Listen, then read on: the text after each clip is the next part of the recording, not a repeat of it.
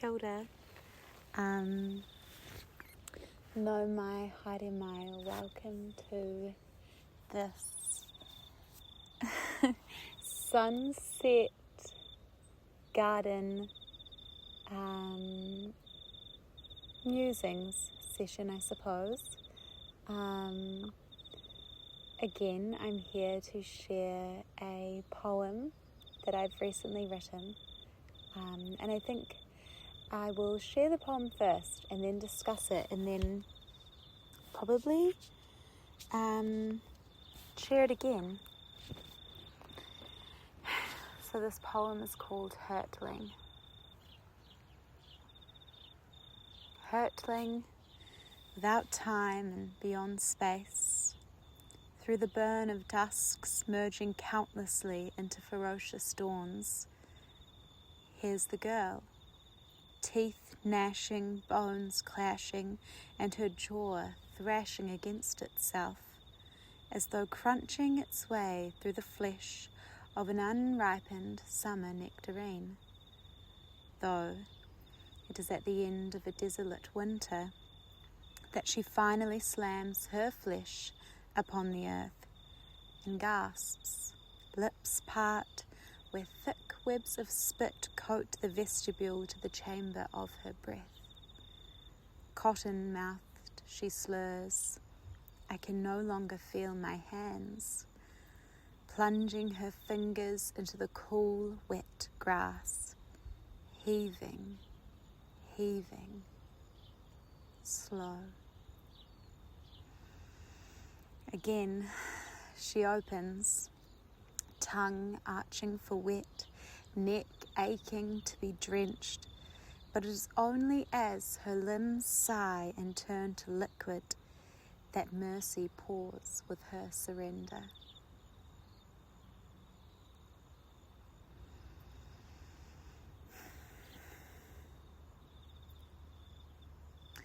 I wrote that poem at the end of a really intense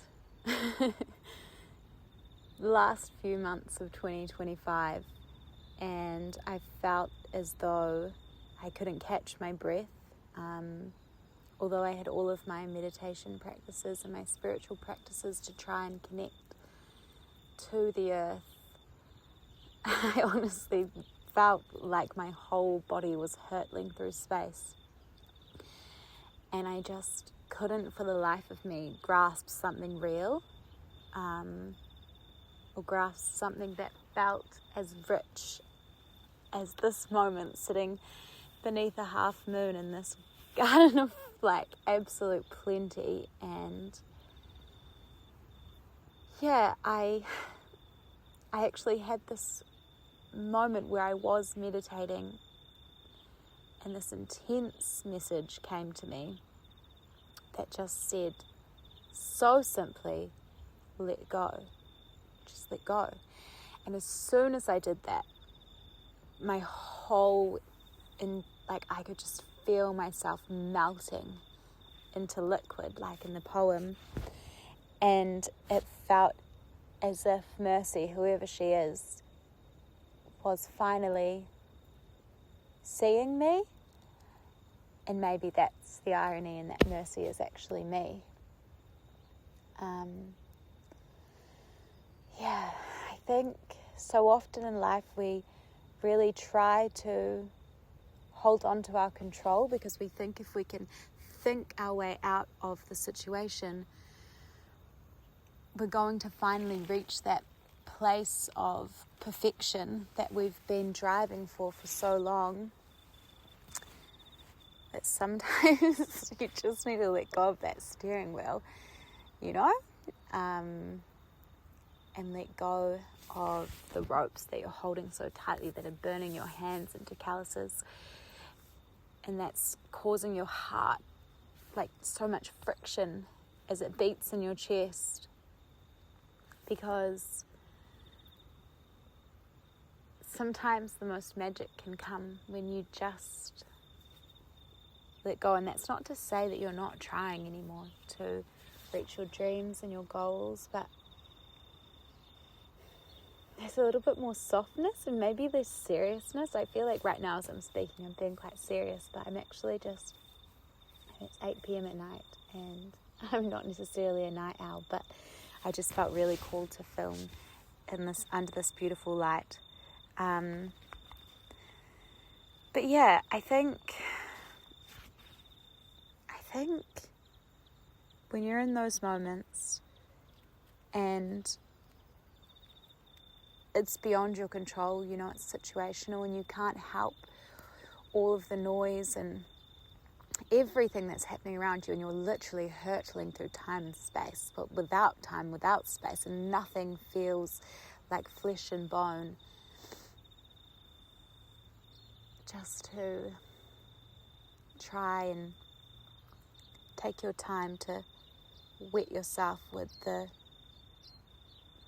simple, like the simplicity of life. I think that's literally what really helped bring me out of it. I remember I had a housemate go away, a flatmate, and so I was tasked with looking after the houseplants, and every morning I would water the houseplants, and there was something so simple but resonant in that task that really gave my body rhythm, and not fast-paced rhythm, but a really slow, beautiful rhythm. And yeah, it was magic. So yeah, I'll read the poem again with that backstory.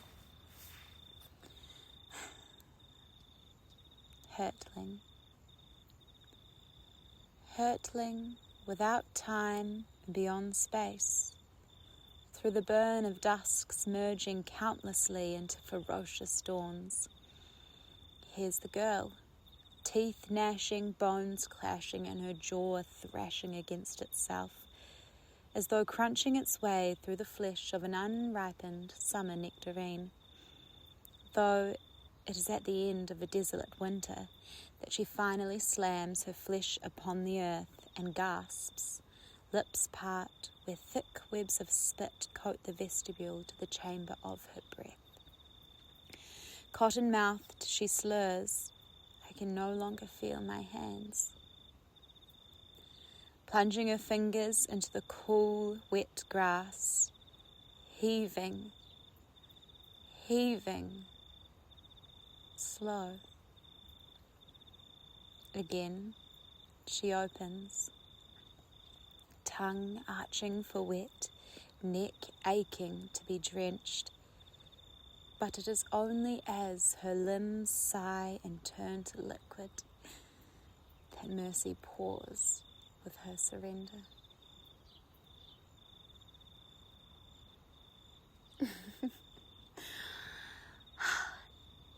And man, right now I really feel like I'm completely beneath Mercy's rainfall. It's like romanticized as that sounds. Everything seems real, like so real again. And so magical and so beautiful. And I really promise, if you're going through a hard time, you feel like you just want everything to slow down, I promise it will again. Okay. Pōmarie, good night, aroha nui, big love, and ka kite anō. I will see you again soon.